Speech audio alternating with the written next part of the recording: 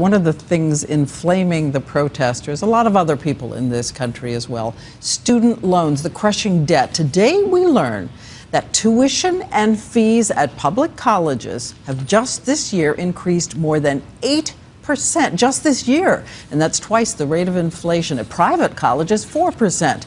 And so many of you have been writing us about the mountain of debt that you have acquired just to get a college education. So steep, you've said you can't breathe. And one mother pointed out it will take her until 2031 to pay off her college loan, just as her toddler starts college in 2032.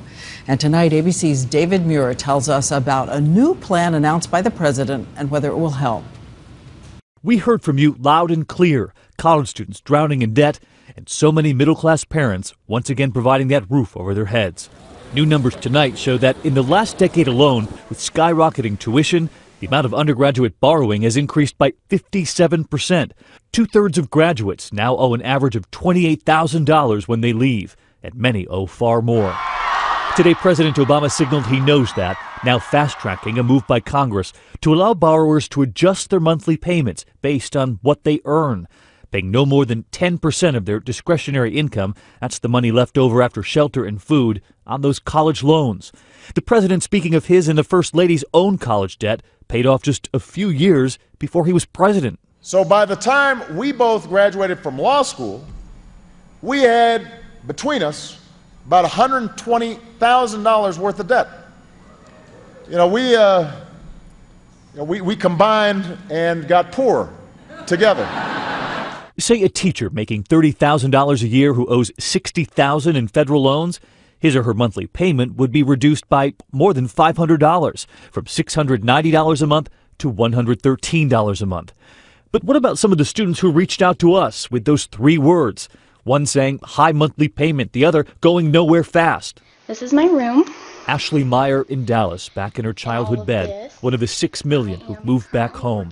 She has 4 student loans and owes nearly $70,000. The president's new numbers don't help her. They only apply to borrowers starting next year. And there's something else. Of Ashley's 4 student loans, 3 are private loans, also very common. And the president's plan does nothing to rein in the rates on those loans. They're underregulated and very risky, particularly the variable rate loans, which, like subprime mortgages, can spike in costs at a moment's notice. And millions of students in this country hold those private loans too.